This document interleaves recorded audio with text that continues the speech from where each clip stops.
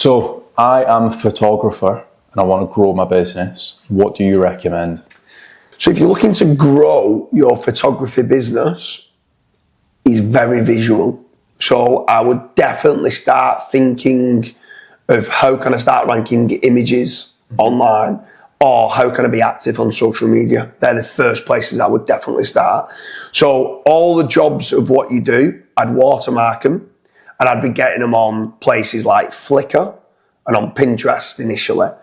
Then you've got like Instagram, you can do it on Twitter, you can do it on LinkedIn and tag people in of who you've done it for, Facebook. I'd also be entering a lot of different Facebook groups. There's quite a lot of large Facebook groups where you can be posting some of the jobs that you've done in there. If anyone's looking for a photographer in the local area of where you're based, you could do it. You could even, if you are only based in a small suburb, is join, like, there might be, like, say you're based in Manchester, there might be certain groups that are just for Manchester businesses, and then be posting some of your visual great photos of what you've done in there.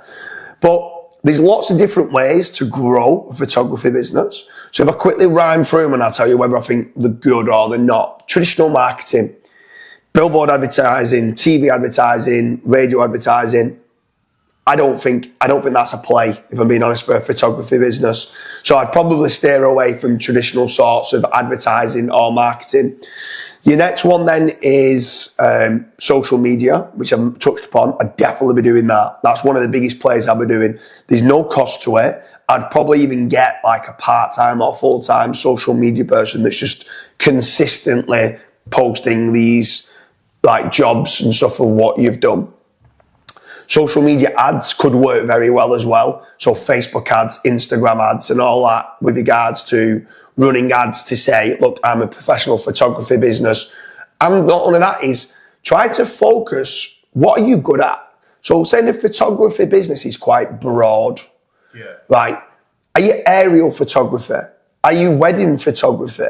Are you like just landscaping, newborn, baby photography? So try to find what you're good at and then focus and go down on that. What makes you the most profit, or what do you feel you're best at that you prefer doing the most, and think, right, okay, this is what I want to do. Don't just say photography. Think a bit more niche within the photography part. I think that's also very important. And I think when you've got the niche within photography of what you want to do, build your website out based on that. So if you've got some amazing drones and it's mainly aerial photography of what you're doing, have lots of pages of talking about every type of drone that there is and why this drone is better than this drone.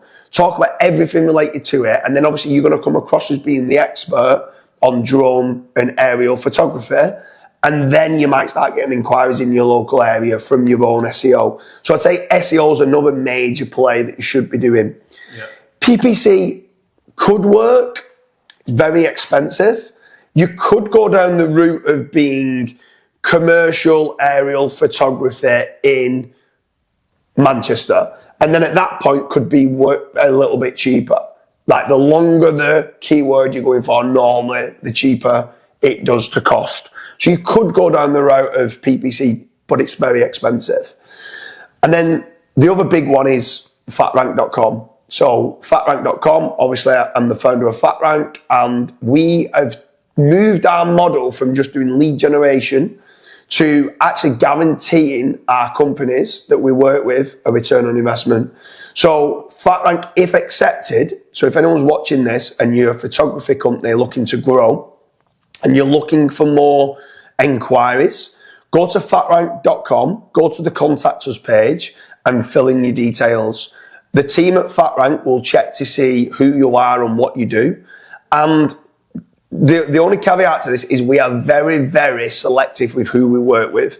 But if you have got a great online presence with regards to good quality case studies, the images that you're providing within the photography business is great, and you've got lots of good testimonials, and you seem to be a professional outfit. So I'm saying that like you're responding from like info@dooley'sphotography.com and not dooleyspics@gmail.com. Just doesn't seem as professional. If you come across like a professional company and you're accepted, Fatrank will start generating you leads for the exact services of what you do, and you only pay on converted jobs. You have nothing to pay unless it converts and you make profit. So that's the first thing I would go down the route of doing. But I'd also go down the route of doing, like you said, your social media and your SEO just for your own personal branding. It also adds a higher value if you're ever looking to sell. If you look good online and you're generating your own leads online, then I'd also be looking to do that. Definitely don't throw all your eggs into fatrank.com and say, that's it, they're going to transform my business. They'll certainly be generating you leads consistently, but you should also be looking to do social media and SEO for a photography business specifically. So what else would you do? Obviously, it's very visual. So again, depending on the type of photographer you are, like let's say you do property photos, you can also reach out to a few estate agents and say, hey, I provide this service. I can even do the first 2 houses for free, just so they actually build that trust and rapport. You can also do the exact same thing for wedding photographers. So find somebody that, let's say, sells wedding invites and just email them saying like, hey, I do wedding photos. If you have anybody that is getting wedding invites printed, surprise, surprise, they're going to have a wedding soon. So you can always upsell them my service. Potentially, you even give that wedding invite printer a little bit of a kickback. You might give them $20, $30 or pounds or whatever, and it essentially incentivizes them to try and push your brand as well. Like what you mentioned, I agree with the SEO side of stuff, but on the social media stuff, because a lot of business owners think, I'm going to post one post and I'm going to get 6,000 inquiries, and it's not actually the case. You need to be consistent. Obviously, you're quite active on social media, and typically what you find is the more active you are, the more quicker you grow, the more likes you get, and the more business you're actually able to generate. So try to set up an actual consistent daily plan and say, right, okay, for the next 6 months, I'm going to post once a day. And like what you said, you can potentially hire someone to do it, or let's say if you don't have the budget, you just need to spend that time on actually building your brand, really. Yeah, I think a couple of the things that you just kind of touched upon there, which I thought was a great idea, with regards to proactively reaching out. If I was a wedding photographer, I would reach out to influencers that I'm finding out are getting married, and I would say, look, I'm sure you've got your own photographer that you want to use, and you might have already hired him. Can I come as a second photographer? I'm not going to get in the way. I'm just going to be at the back, and I'm going to just get different angles of, obviously, yourself, the bride and the groom, and also the crowd. Yeah. Right? So I'm going to get it from different angles. Can I come and do it completely for free? But if you like the photos, I want a testimonial.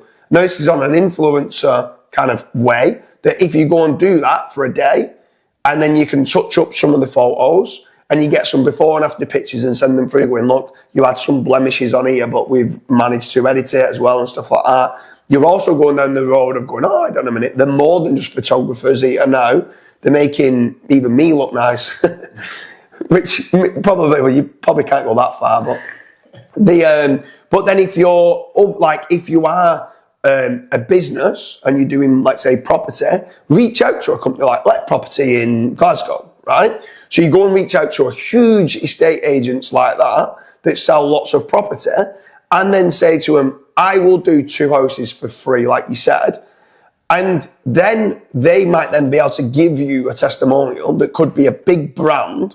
Other people start seeing this testimonial from this big, well-established brand. It's a massive trust signal. Yeah. So I'd be doing that, and probably once a month going, what can we give away for free? If anyone's not read the book, The Go Giver, go and read the book, The Go Giver.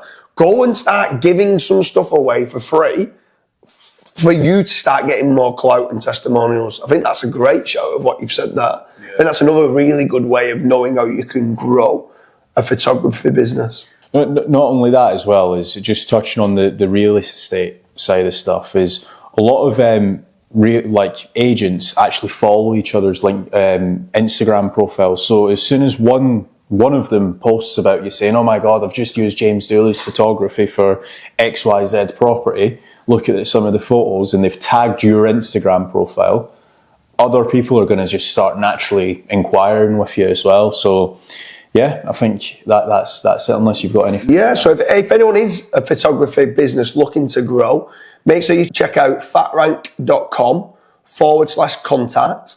Fill your details in there, and then let's speak to the Fatrank team and see whether you are accepted for the lead generation model. If you're not, we can put you in touch with other companies that might be able to help you out with social media or video editing or whatever else that you might need to be growing your own brand and stuff like that online. But yeah, make sure you check out fatrank.com.